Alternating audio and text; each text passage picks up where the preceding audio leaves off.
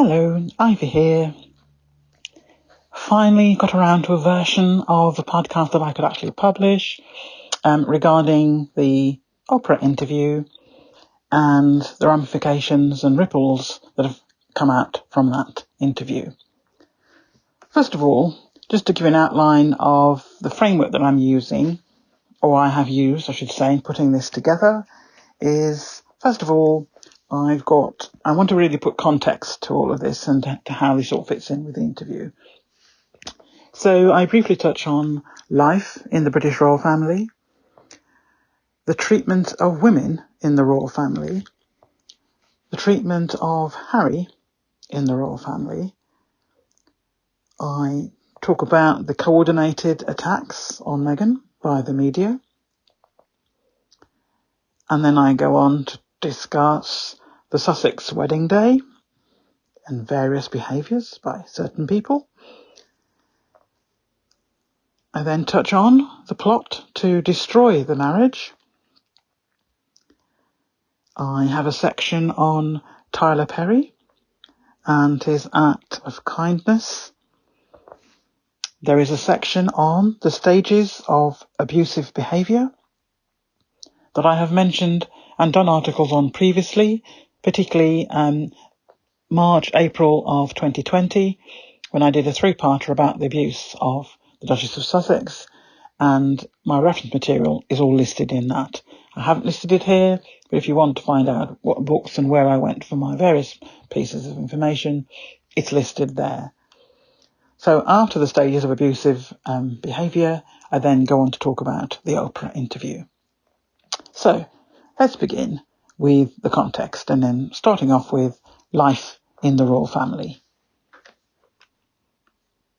Most of the royal family are over the age of 60. Members of the royal family who carry out royal duties from time to time are less than 10 in number. 7 of those are currently regarded as the next Magnificent Seven. I refer to them as the MAGA 7. None of these people have truly welcomed Meghan into the family. None of the royal family undertake any form of measurable work. It is all performative. Meghan and Harry's work is measurable and impactful and successful. Meghan hit the ground running and did more in her first few months than others have ever done, and who have been there for years. None of them can actually quote a finished project. Really, next to no achievements, if any. Meghan has plenty of solo successful projects, as well as joint ones with Harry. No other royal can say that. Treatment of women and children born into the royal family is abusive, in my opinion. Women coming into the royal family are meant to look good and be quiet, to have no independent thoughts, and to be able to produce heirs.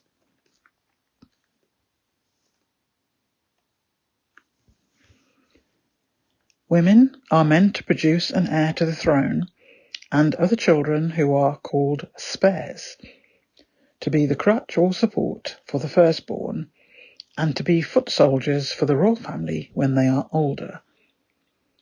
Siblings are not allowed to be better than the firstborn. Siblings are not allowed to shine or to have any project that outshines the heir.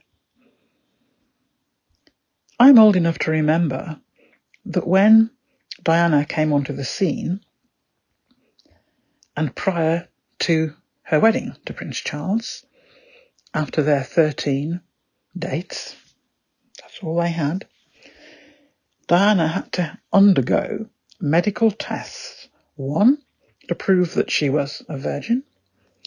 She had to undergo blood tests to make sure that there were no likelihood of any abnormalities in any children born. There may have been others, Those two were shocking enough for me. When I say that women and children born into that family, it's an abusive relationship from day one. And Diana at 19 married into this. And that's just to give you a little indication of what they did with a white woman. Right, next bit. UK royal families for centuries have used someone as a whipping boy since during Charles I's reign. Harry was the current monarchy's whipping boy, there to be a shield for any of the second-in-line transgressions, and to be the workhorse as opposed to the performative actions of the rest of the family. The phrase whipping boy comes from the Middle Ages, where it was common practice for a boy of ordinary birth to be educated alongside a prince. If the prince did something wrong, it was not he that was punished, but rather the commoner who received the lashes. The whipping boy paid heavily for his privileges. This was first written about in 1642 by John Trapp, who was a bishop at the time. Meghan was an A-class student from a top selective university. Meghan has worked since her early teens. Meghan was a self-made millionaire by her own efforts and not by being born into money.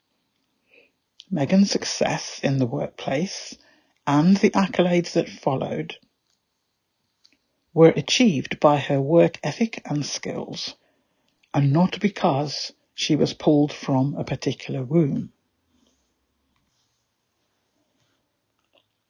The media coordinated attacks on Meghan as soon as it was known that she was Harry's girlfriend.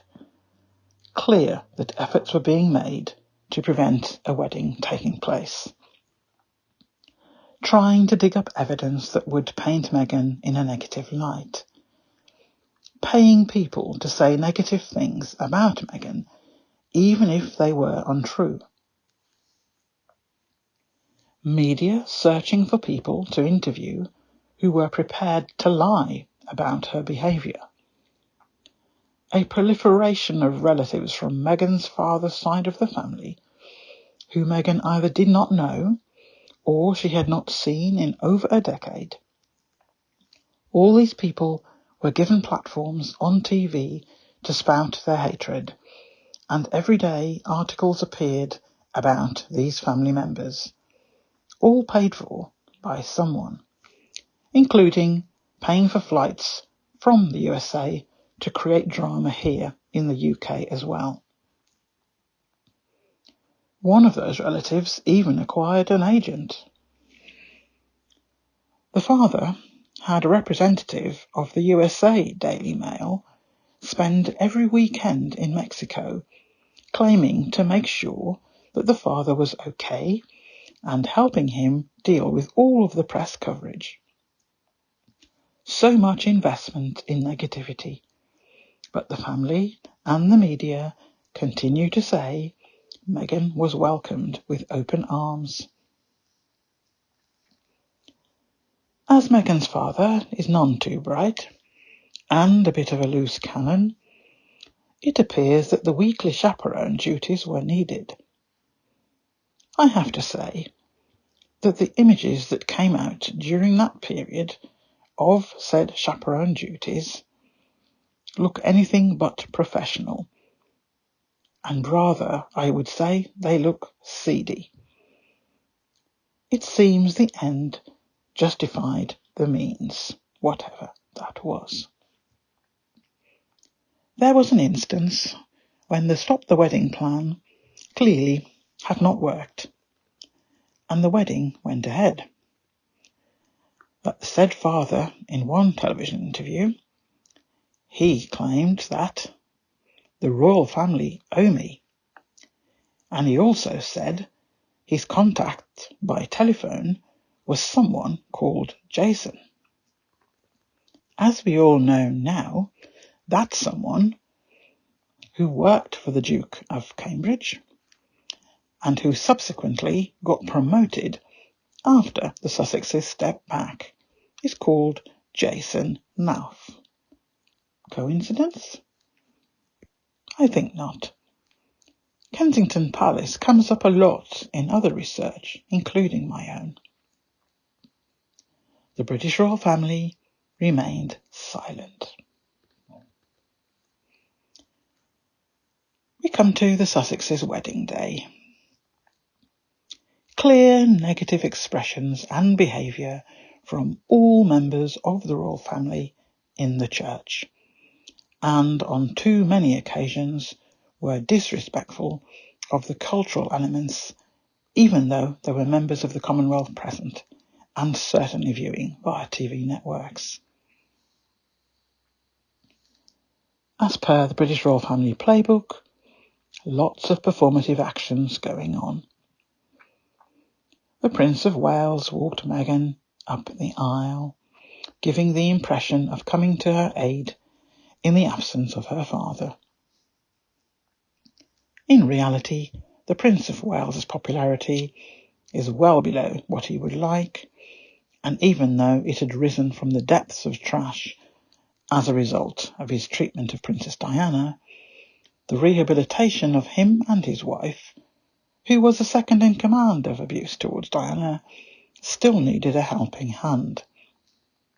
The wedding gave him the opportunity to appear like a kind soul who looked out for Meghan and who made sure he spoke a few words to Doria and held his hand out on one occasion to Doria as they all went to the signing of the register.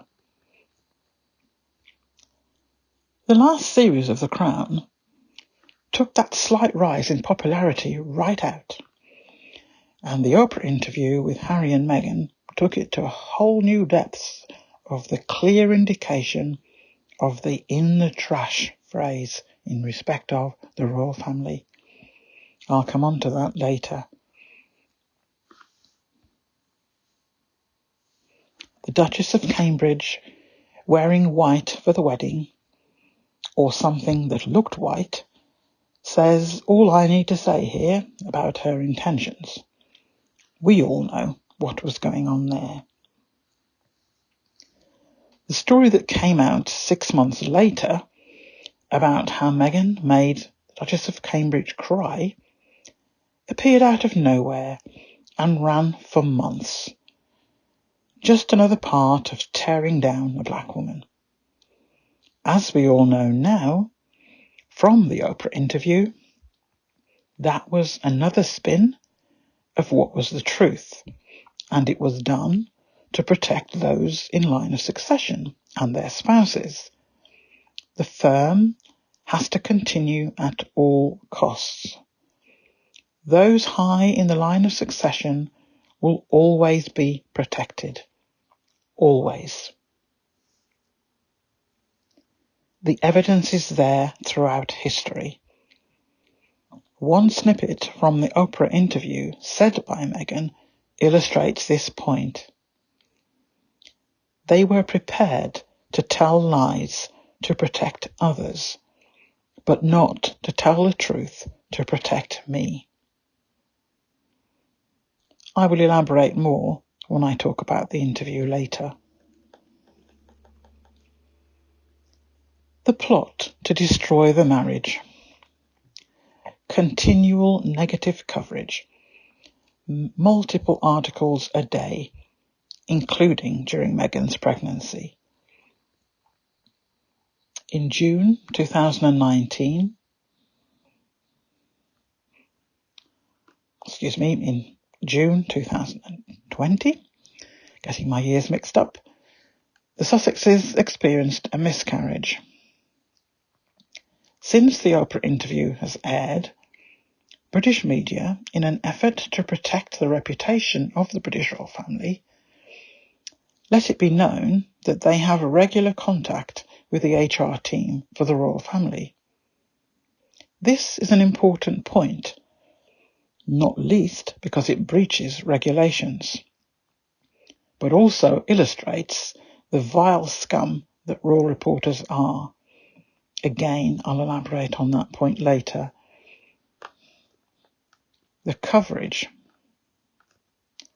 of the court case between Meghan and the Mail on Sunday was vicious, evil in content, and meant to make Meghan drop the case.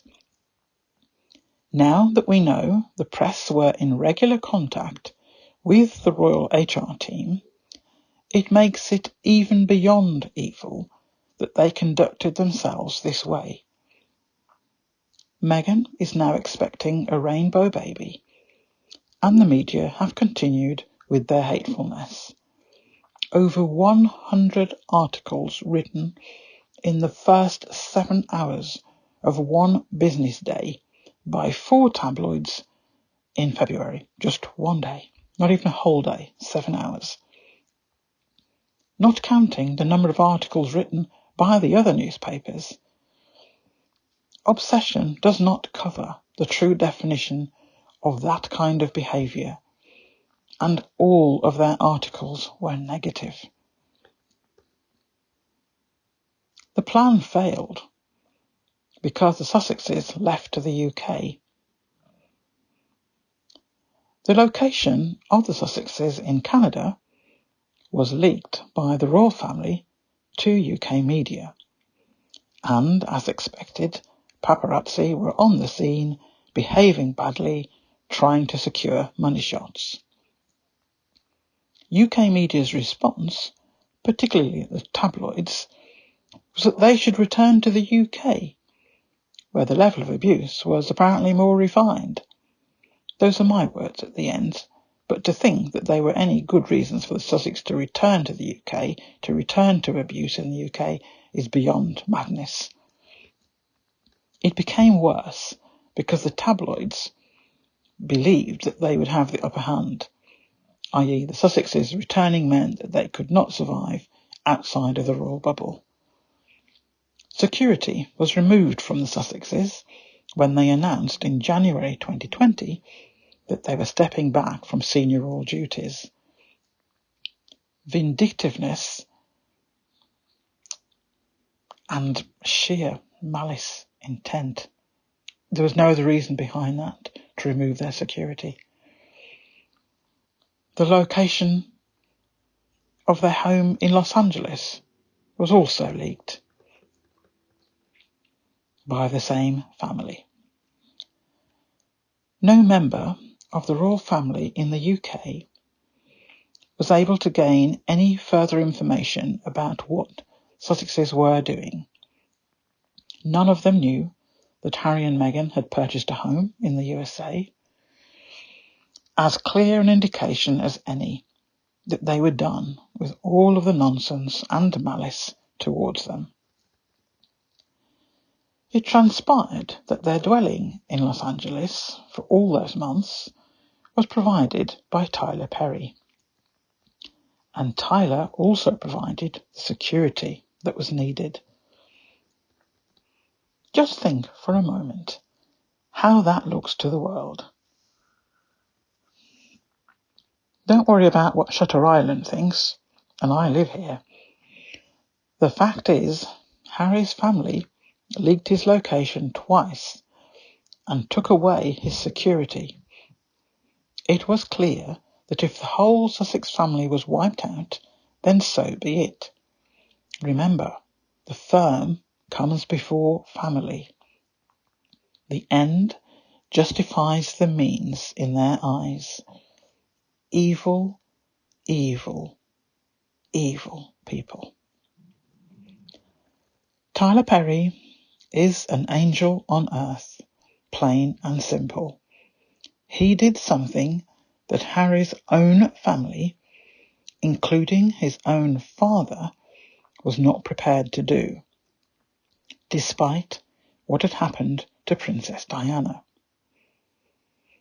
That was another case where the Prince of Wales removed Diana's security out of spite, because she was separated from him, and ignored the fact that she was the mother of a future king's children. The Prince of Wales concerned himself with the second in line, and not so much Harry, who they all called the Spare, which is a description of all those siblings that come after the firstborn in the line of succession. It is beyond cruel. Now to come on to stages of abusive behaviour towards their victims. And I am sure when you look back over Meghan's time in that family and the interview with Oprah and things that came out from that, you will recognise many, many of these. Psychological abuse. This results in a person feeling worthless, unloved, or uncared for. It includes emotional abuse, threats of harm or abandonment, deprivation of contact. Remember, Meghan was not allowed to see friends when she wanted to, as outlined in the Oprah interview.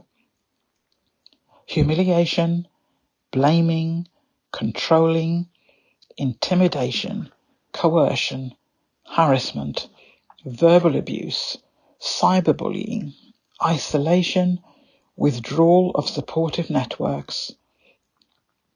Having to ask for your own keys, passport and driving license, for example, means that the institution knows your every planned move and will stop it if they see fit.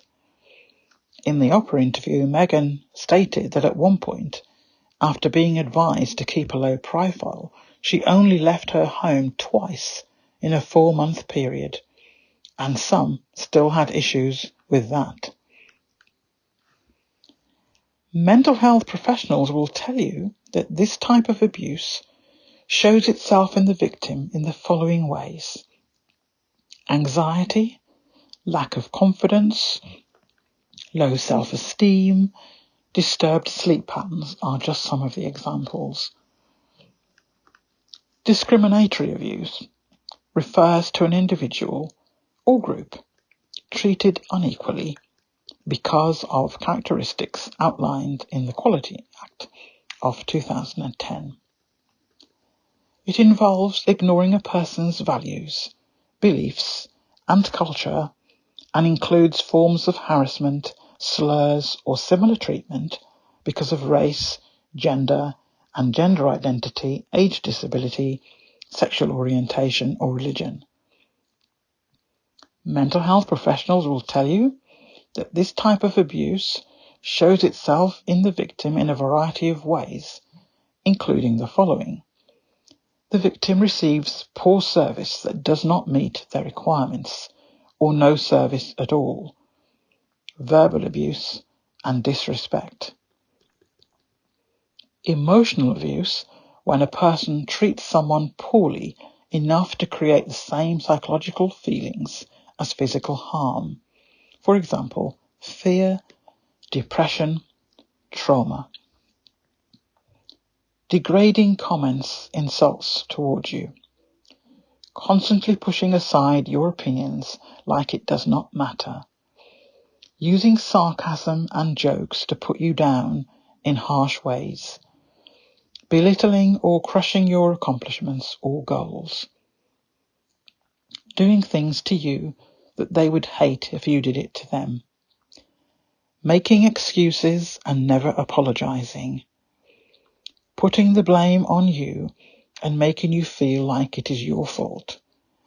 Abandoning, ignoring you in order to punish you. Humiliating you in front of others. Threatening you in order to get what they want. Signs of someone who has been emotionally abused include constant apologizing, hiding their feelings in fear of upsetting you, breaking down during small disagreements because they are scared it will get bigger, low self-esteem due to insults, needing lots of reassurance. My aim by showing these examples is not to say any one chart fits all abusers. But when the various groups, in this case the British royal family and UK media, both printed and TV, plus various family members, who I believe have played varying significant roles and therefore have to take responsibility for their abusive behaviour towards the Duchess of Sussex, and in so doing caused anguish to the Duke. I hope you will be able to refer back to some or all of these charts and maybe have a look at some of the reports and books out there on the subject, and I am certain you will be able to map across from the various abuses identified to several of the indicators listed here. Now, on to the interview with Meghan and Harry. Initially Meghan and then Harry joined. Ignoring the nonsense stated by UK media as to the choice of their friend Oprah to conduct this interview, stating such things as Oprah did not dig deep enough because she was a friend. First of all, Royal Rota vileness would have given anything to be able to interview Harry and Meghan, and more than anything earn dollars upon dollars for the rights to allow others to show said interview, as well as earn from the footage and the images from it. My opinion is that they had almost 4 years with exclusive access to the royal family, and because in that time they never once reported fairly on Meghan and were overcritical on Harry, it should have come as no surprise that Sussexes made it plain that now that they were stepping back, they would not work with the Royal Rota ever again. Royal Rota, you had your chance, and you blew it. You sent people to hound them in Canada, and you thought that would bring them on side. It was an error in judgment. In January 2020 to March 2020, Harry and Meghan wound down their affairs in the UK and moved to LA shortly afterwards. Once again, UK media continued with their evil reporting and tried to suggest that Harry and Meghan should return to a better class of abuse in the UK. Royal reporters declared that the Sussexes were irrelevant and that even the British royal family had washed their hands of them. Yet, despite that, British royal family, trying to sell themselves as something like a Marvel comic hero combination, each one has been a complete failure at the virtual box office. The latest Avenger group is the MAGA 7. I cannot say I have noticed anyone going out of their way to declare allegiance, other than the dwindling mob of racists who always followed them anyway. Generally, people over the age of 50 follow the royals. Most are in the age group of the Queen, because those were the days where the royal family were revered and seen as chosen by God. Most people below the age of 50, and certainly below 40, have no dislike of the royal family, but equally see no reason to have one, and are really more concerned about their day-to-day of their own lives. I would suggest that the first in line is going to struggle to build up a wide base of support because of his treatment of Diana, and the fact that he withdrew security from his youngest son, just like he did to Diana, with the aim of putting the family at risk. Let us not forget, it was the palace who informed the tabloids the locations on both occasions. What kind of parent does that? If the UK next king does that, Lord help the country. What is more worrying is that the first in line will not reign for long due to age and his obvious poor health. But we have worse to come in the form of the second in line, Make no mistake, that one is pure evil, with low intellect, but lots of entitlement tendencies.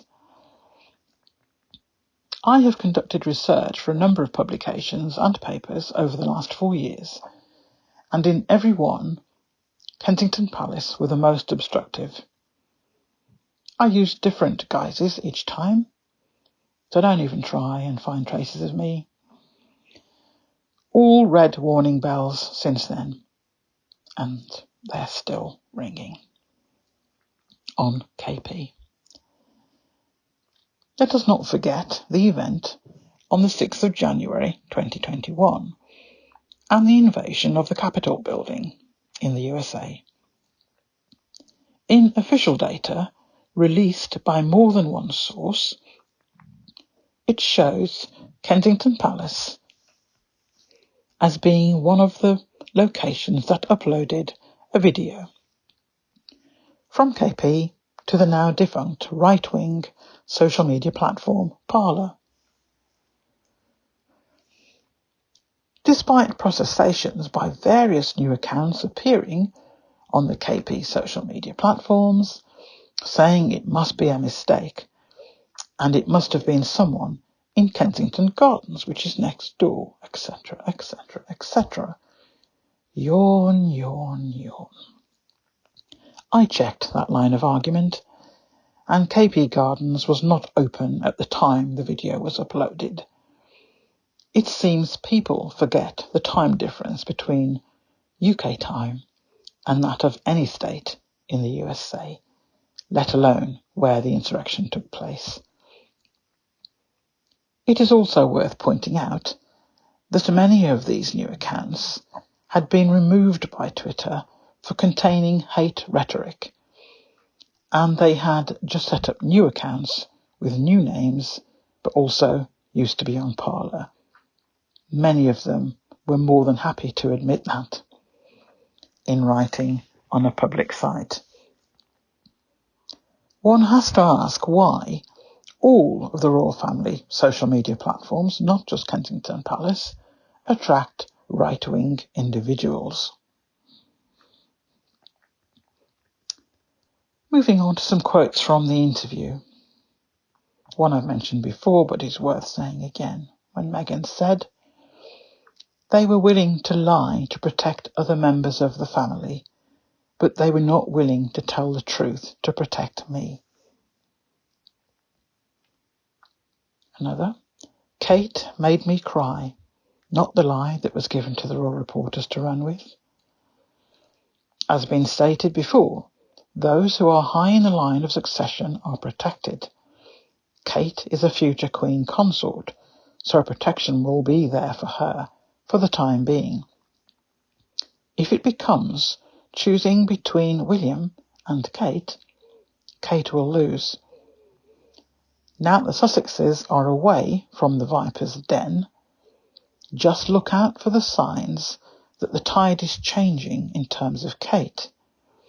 Make no mistake, Charles and William will always be protected. I think the concerns about the shade of their unborn first baby, i.e. the Sussexes' first baby, came from one of those two, Charles and William, hence the protection.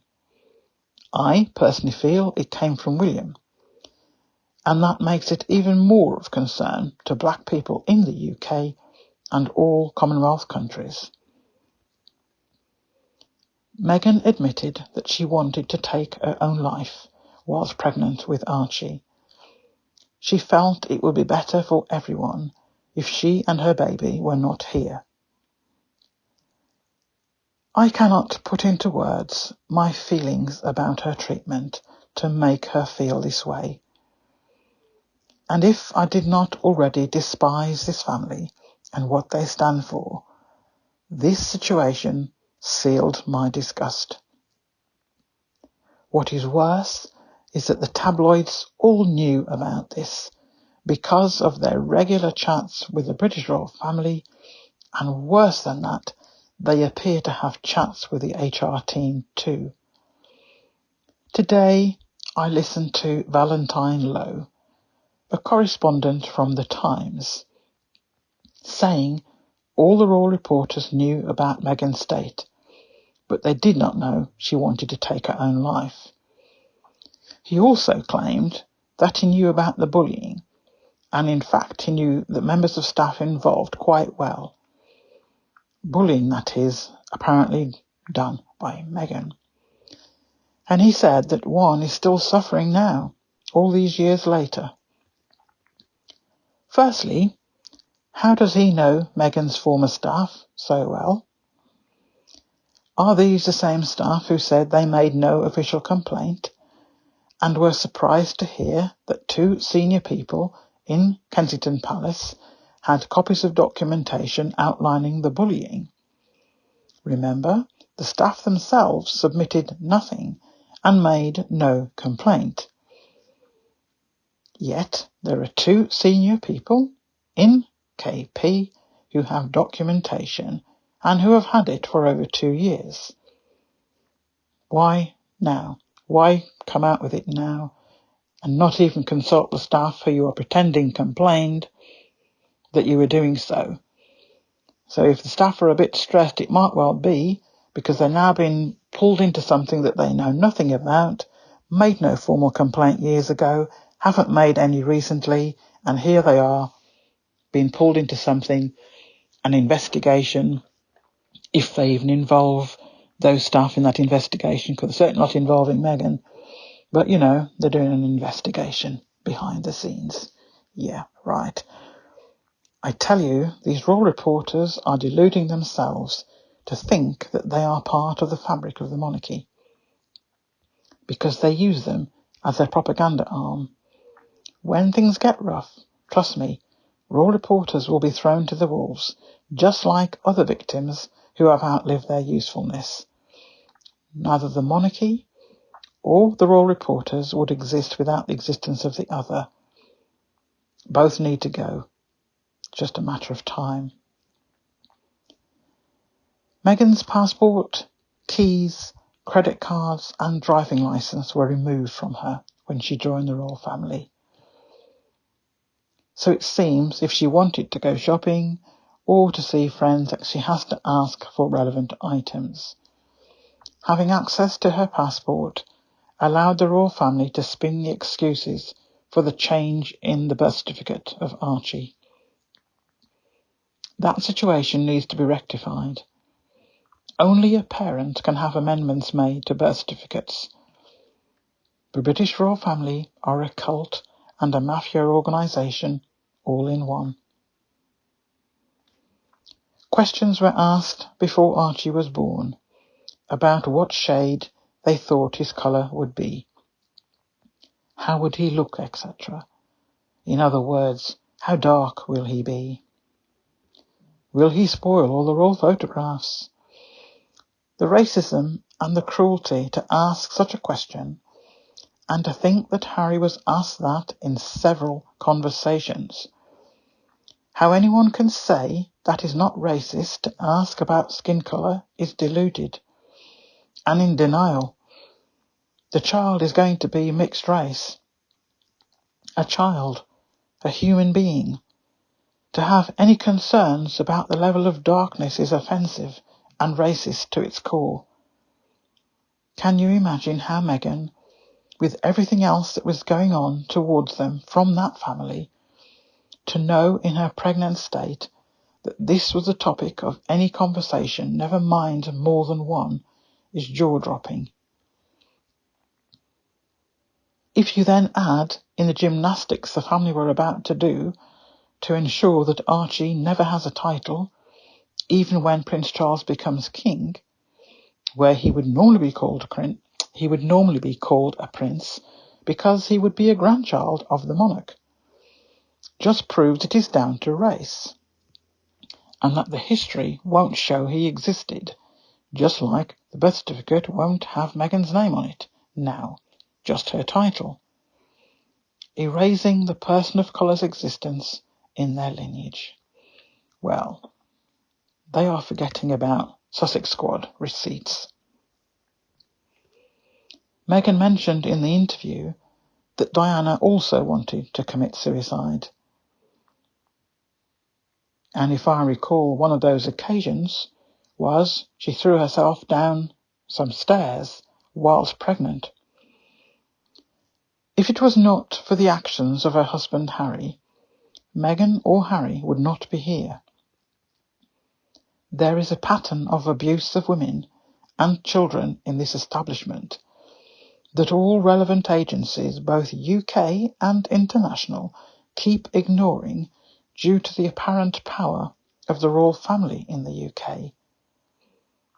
Sometimes it needs a concerted effort to bring about change.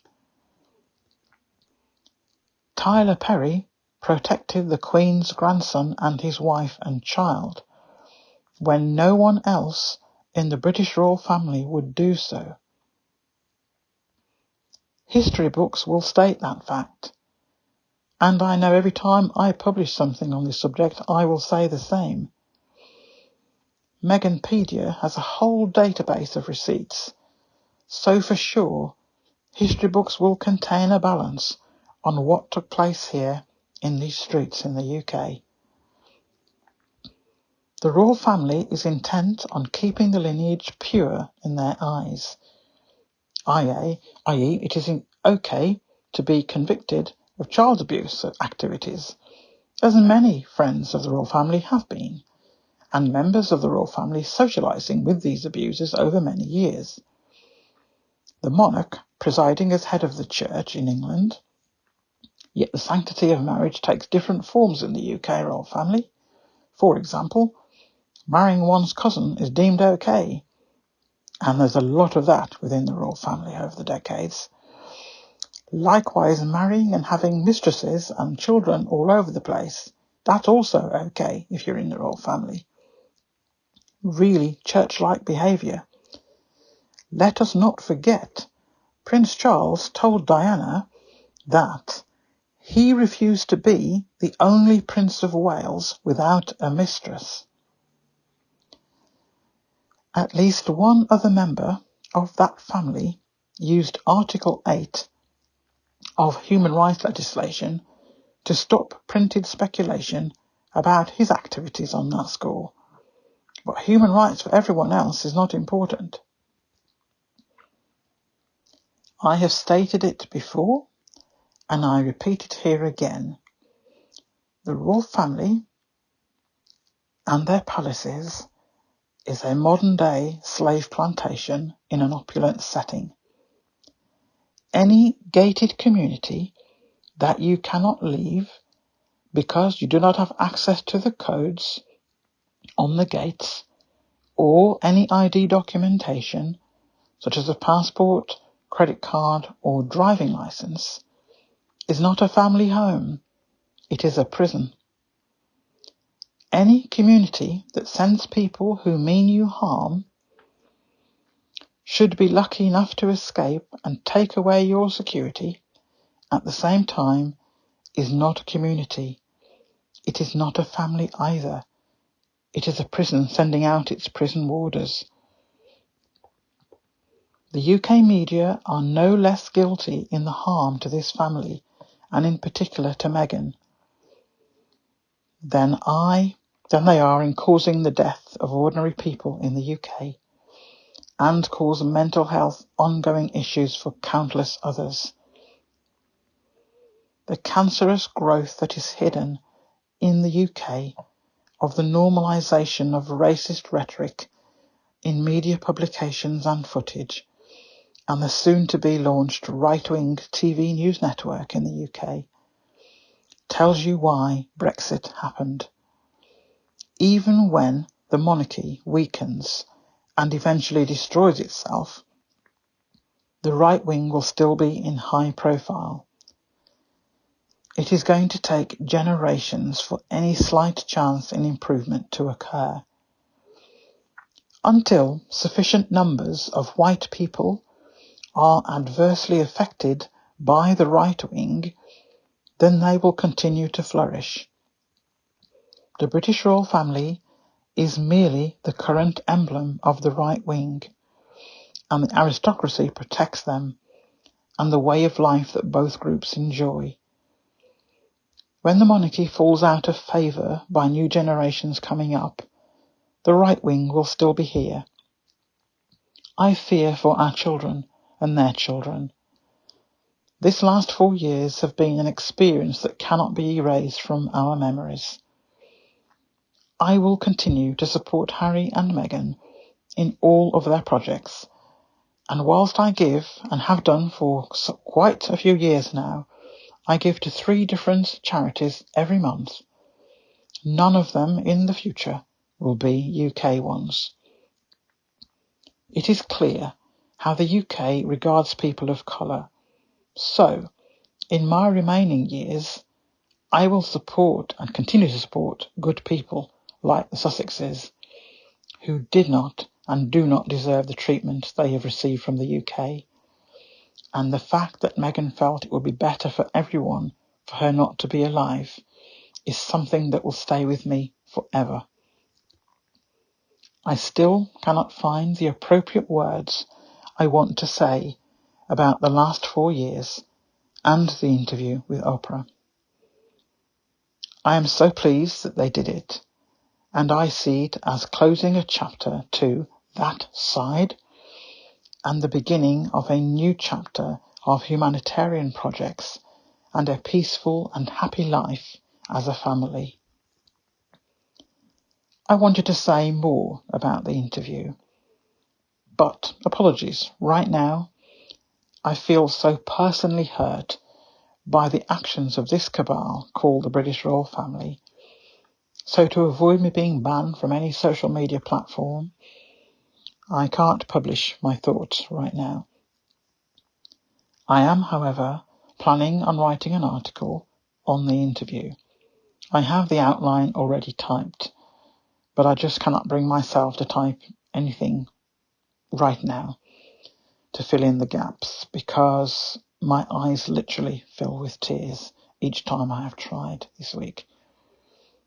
I will, however, write something soon. To end on a positive, I am so happy that after watching other people write and chat about Meghan and Harry and fill up their bank accounts due to hate-inciting rhetoric, I am beyond happy to see Harry and Meghan give their point of view. There are many out there criticising them for giving an interview to Oprah, but I know none of those people would have had a problem if any of the right-wing royal reporters had been given the interview. Another important point to note is that some people were saying it is all so Hollywood, and here they are earning money from an interview.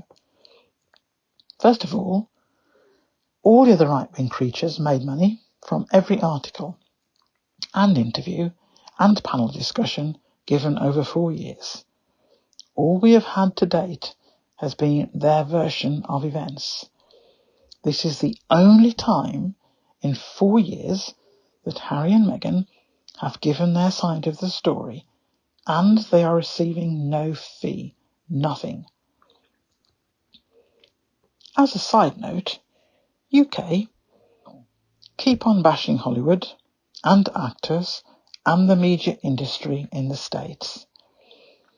When you desperately need trade deals, because, let's be honest, they're not going so well at the moment, the USA was where you hoped to win your largest deals. So, after clearly siding with the president who lost, and the 4-year campaign of referring to the Hollywood media industry as some kind of cesspool of activity that is any worse of one of many floating around the UK, I think you need to change your stance. By the way, Harry has been friends with the Bidens for years. Likewise, the Obamas. The Vice President is supportive of Meghan, and members of the Vice President's family have publicly supportive of Meghan. This interview has won the UK no new friends, and it has lost many more who used to be supportive. So continue with this isolationist approach you are adopting. you will pay the price in more ways than one. A racist press and monarchy as your emblem for the UK is not a good look. It would be good to return to some kind of common decency on all fronts. The whole world now knows how the Sussexes were abused. And they also know it was the black American millionaire who works in the industry that the UK media try to belittle, who provided accommodation and security for the Queen of the UK's grandchild and his family, whilst other grandchildren and cousins all have accommodation and security at UK taxpayers' expense. Harry and Meghan would not be alive now if they remained in that system behind gilded gates. The royal slaves escaped and will be fine. Sussex Squad is a lifetime support network, and we are not going away. Meanwhile, the British royal family are busy dismantling the monarchy by their own actions. No outside help needed. Keep it up.